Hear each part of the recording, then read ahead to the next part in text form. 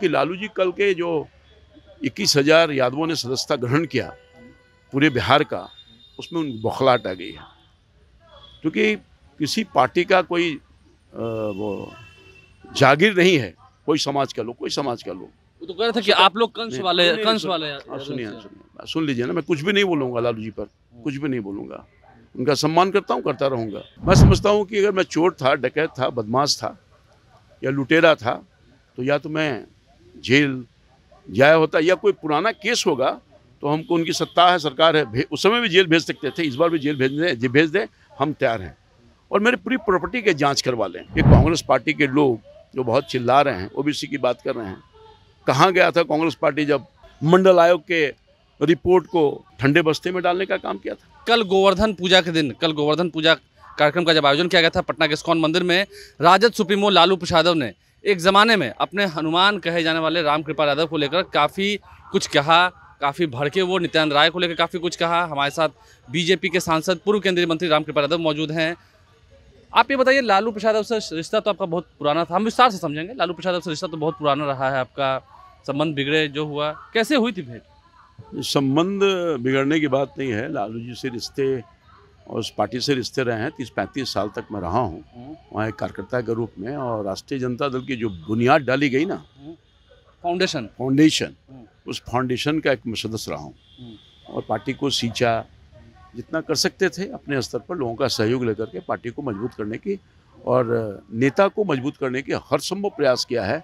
और एक परिवार के तरह में ही रहा हूँ, और मैं लालू जी का बड़ा सम्मान करता हूँ। अभी भी करते हैं सम्मान? हाँ, मैं जब तक जिंदा हूँ लालू जी का सम्मान करता रहूँगा। लेकिन कल तो वो गोवर्धन पूजा के दिन क्या जाने क्या क्या कहते रहे। अच्छा, आप बताइए, आप एमपी रहे, इतने साल से केंद्रीय मंत्री रहे, कितना रुपया कमाया आपने, कितना धन कमाया? एक्चुअली ऐसा है, आपको याद होगा, आपके चैनल पर ही मैंने कहा था अपनी भावना, मैं उसको दोहराऊंगा नहीं। मैं गरीब परिवार का रहा हूँ। मेरे पिताजी दूध बेचते थे और एक कुट्टी काटने का, चारा काटने का एक मशीन था जिससे हमारी जीविका उपार्जन होती थी। कुछ खेत भी है, कुछ मकान भी है सबसे। और मैं जब से होश संभाला हूँ, कॉलेज में गया, स्कूल में गया, कॉलेज में गया। कॉलेज में जाने के बाद वो मैंने छात्र जीवन से सक्रिय राजनीति मैंने किया, और बाद के दिनों में जनता ने बहुत प्यार किया हमको। पटना नगर निगम में चुन गए, पार्षद, डिप्टी मेयर, बहुत कुछ हुआ। मैं उसका लंबा कहानी नहीं चाहता हूँ।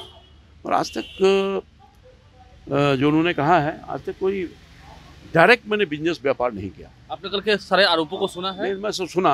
आप उसको दोहराना चाहते हैं, दोहरा दीजिए। नहीं, उन्होंने कहा कि आप, मैं बताता हूँ, आप वहाँ पर पटना जंक्शन के पास जो टेम्पो का सब है उसमें कमाए हैं, फिर नोट डबल किया है, नोट भी डबल किया है, होटलों पर कब्जा किया है आपके लोगों ने। ठीक है, पटना और बिहार और तो देश की जनता मुझे जानती है। अगर मैं कुछ तरह से अवैध कारोबार में सम्मिलित रहता तो मैं जेल में रहता। आज तक मैं जेल नहीं गया हूँ आपराधिक मामले में या किसी तरह के मामले में। पॉलिटिकल गया हूँ कई बार, मेरा छात्र जीवन रहा है। और हाँ, ये जरूर करते थे कि कुट्टी का दुकान था तो कुट्टी जरूर बेचते थे। और दूध गाय के, जब मैं बचपन में था तो पिताजी गाय लेके जाते थे पाल होटल में, तो मैं पीछे पीछे बाल्टी लेकर के और पछावट लेके जाता था। ये काम जरूर। पाल होटल के बाहर आप दूध बेचते थे? हाँ बिल्कुल, जाते थे। सब लोग जानता है, पूरा दुनिया कहने में गुरेज नहीं। आज कोई एमपी होगा तो क्या होगा, मैं अपने वो इतिहास को बदल दूंगा। मेरे जो बीते हुए दिन हैं मैं बदलने वाला नहीं हूँ, चूँकि मैं बदला नहीं हूँ। और पूरे जीवन काल में किसी तरह का कोई अवैध व्यापार में न संलिप्त रहा हूँ, न कभी कोई आगे पीछे करने का काम किया है। मुझे तकलीफ हुआ। मेरा सम्मान है, मैंने कहा लालू जी के प्रति सम्मान रहेगा। और मैं यही समझता हूँ कि लालू जी कल के जो 21,000 यादवों ने सदस्यता ग्रहण किया पूरे बिहार का, उसमें उन बौखलाहट आ गई है। क्योंकि किसी पार्टी का कोई वो जागीर नहीं है, कोई समाज का लोग, कोई समाज का लोग। वो तो कह रहे थे कि आप लोग कंस वाले सुनिए सुन लीजिए ना, मैं कुछ भी नहीं बोलूँगा लालू जी पर, कुछ भी नहीं बोलूँगा। उनका सम्मान करता हूँ, करता रहूँगा। मगर ये मैं जिस तरह का भाषा का प्रयोग कर रहे हैं, मुझे लगता है उनके छोटे भाई जिस तरह का भाषा का प्रयोग कर रहे हैं असेंबली में, असेंबली के बाहर, तो लगता है कि उनके और उनके बीच जो छोटे भाई बड़े भाई एक दूसरे के दुश्मन हुआ करते थे, आज बहुत दोस्त हो गए हैं, ये भी मालूम है। तो स्लिप ऑफ टंग हो गया होगा, याददाश्त हो सकता है कि कुछ नहीं रहा होगा। मैं समझता हूँ कि अगर मैं चोर था, डकैत था, बदमाश था या लुटेरा था, तो या तो मैं जेल जाया होता, या कोई पुराना केस होगा तो हमको, उनकी सत्ता है, सरकार है, उस समय भी जेल भेज सकते थे, इस बार भी जेल भेज दें, हम तैयार हैं। और मेरे पूरी प्रॉपर्टी के जांच करवा लें। अगर कोई होटल वोटल है तो उसका नाम बता दें, वो सब कुछ उनके नाम से हम लिख देंगे। पटना में आपके पास होटल नहीं है? मैं चुनौती देता हूँ, आप लिख देंगे उनके नाम पर? बिल्कुल। कोई भी प्रॉपर्टी मैंने कमाया, मेरी पूरी जिंदगी की कमाई पटना की जनता है, यही कमाया है हमने, उनका प्यार, उनका स्नेह, उनका आशीर्वाद, इसके अलावा मैंने कुछ नहीं कमाया।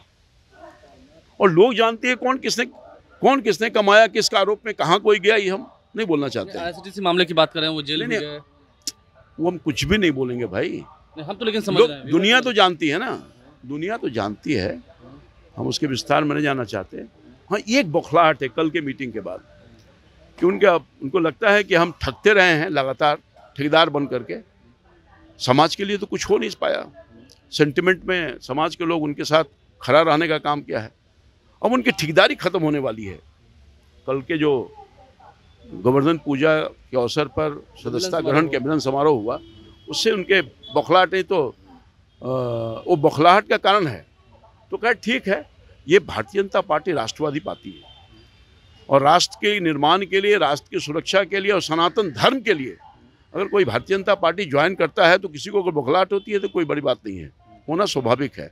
चूंकि समाज देख रहा है कि हम आपको इतने रोज तक सत्ता दिए, हमारे लिए क्या किए?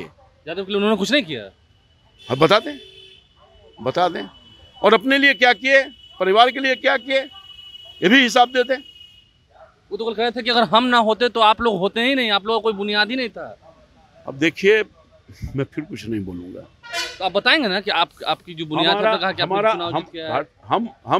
हम यही कहना चाहेंगे, राष्ट्रवादी लोग जो हमारे समाज का लोग है वो जग गया है। देश की सुरक्षा, रक्षा, विकास मोदी जी के नेतृत्व में हर जाति, हर धर्म का सम्मान हुआ है, स्थान मिला है और यदुवंशियों को भी सम्मान दिया। यही तो दिक्कत है, वो कह रहे थे कि यदुवंशी है, यादव है, मोदी माला जप रहे हैं। तो कोई ठेकेदार नहीं ना है भाई, और मैं समझता हूँ कि आगे भी जारी रहेगा, ये रुकने वाला नहीं है, ये जारी रहेगा। और सब लोग समझ गया है कि हमारे लिए कौन कर सकता है, कौन क्या, मोदी जी किया है, भाजपा किया है, तो आ रहा है लोग पूरे देश में। आपके जो घर है, मैं वहाँ जाता हूँ, जब आपका पैतृक आवास था गोरिया टोली में जब आप एंटर करते हैं, उन्होंने कहा गोरिया टोली के आसपास सब होटल कब्जा कर लिया है। तो गोरिया टोली में आपने क्या क्या कमाया? आप जाते हैं अंदर प्रवेश कर, जाके पता कर लीजिए ना भाई, आप तो पत्रकार हैं, जहाँ जहाँ लगता है कि हमने कब्जा कर लिया है वहाँ जाके पूछिए लोगों से। अरे जिसका कब्जा किया हो तो केस किया होगा ना भाई, कि रामकृपाल जी ने कब्जा कर लिया, केस किया होगा। और नहीं है तो कोई अगर खड़ा हो जाता है तो हमारे ऊपर केस करवा दीजिए, हमको जेल भेज दीजिए अभी भी। हाँ, हम चुनौती देना चाहते हैं, हमको जेल भेज दीजिए आप। अगर मैंने कोई आपराधिक कृत्य किया है या मैंने कब्जा करवाया है, कोई गलत काम किया है, तो रिकॉर्ड तो मरता नहीं ना है, उस रिकॉर्ड को उठाइए। ये तो कानून अपना काम करती है। हो सकता है कि उस समय आपका प्रभाव रहा हो, क्योंकि हम तो आप ही के साथ थे, आपने मना कर दिया हो कि अरे इनको कुछ मत करना, आप उसको बचा रहे थे। नहीं, हम बचा रहे थे क्या? बगल में तो बैठते हम ही ना थे जी। उनके सुख दुख का साथी कौन रहा है भाई, तो सब जानता है, कुछ कहने की जरूरत नहीं है। अगर हम अपराधी हैं और अपराध किया है तो कानून अपना काम करेगी। हमारी पूरी प्रॉपर्टी को सीज करवा लीजिए, अब तो सीज हो रहा है बहुत लोगों का, हमको जेल भेजवा दीजिए, हम जाने को तैयार हैं। एक अंतिम सवाल है मेरा रामकृपाल जी, आज के दिन ठीक है हम इतिहास को कूड़ेंगे नहीं, लेकिन जब पुरानी बातें निकली हैं तो कुछ बातें ऐसी होनी चाहिए। आप लंबे समय तक लालू प्रसाद के हनुमान कहे गए, राज्यसभा भी गए, लोकसभा भी गए, जीत कर गए, पटना में सीपी ठाकुर को भी हराया, एक बार हारे भी, सही बात है।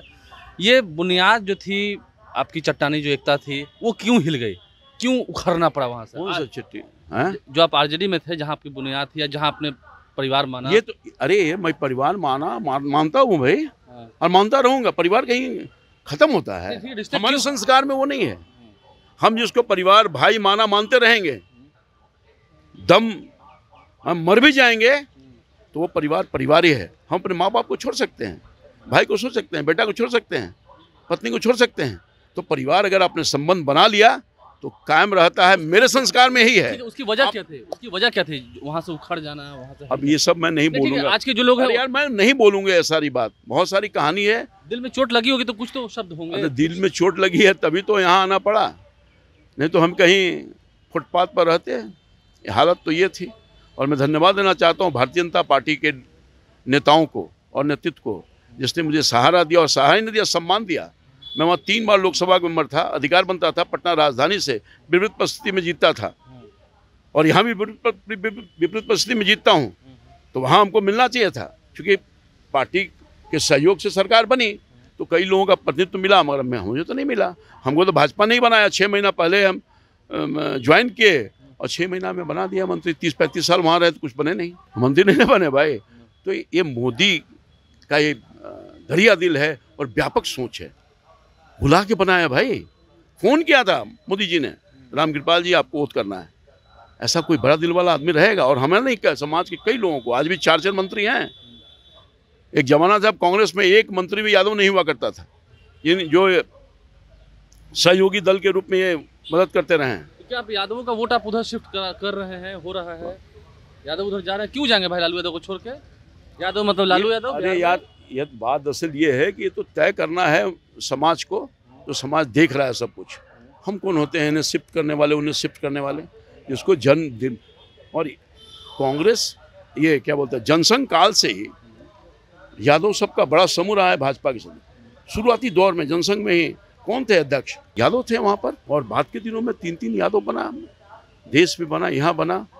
और भारतीय जनता पार्टी में अगर यादवों का सहयोग नहीं होता तो इतने बड़े पैमाने पर भारतीय जनता पार्टी की जीत होती है। न सिर्फ हमारे यहाँ, जबकि पूरे बिहार में यादवों ने बढ़ चढ़ करके अपना आशीर्वाद मोदी जी को दिया है। और मोदी जी इसीलिए सबके कायल हैं, देश के हर जाति हर धर्म के लोगों को कायल है और उसके लिए काम करते हैं। रोड है तो सबके लिए, पानी है तो सबके लिए, आयुष्मान कार्ड है तो सबके लिए, नेशनल हाईवे है तो सबके लिए, रेल है तो सबके लिए, आयुष्मान कार्ड के अलावे जो घर घर पानी है तो सबके लिए, नली गली है तो सबके लिए। कहाँ विभेद करते हैं भाई?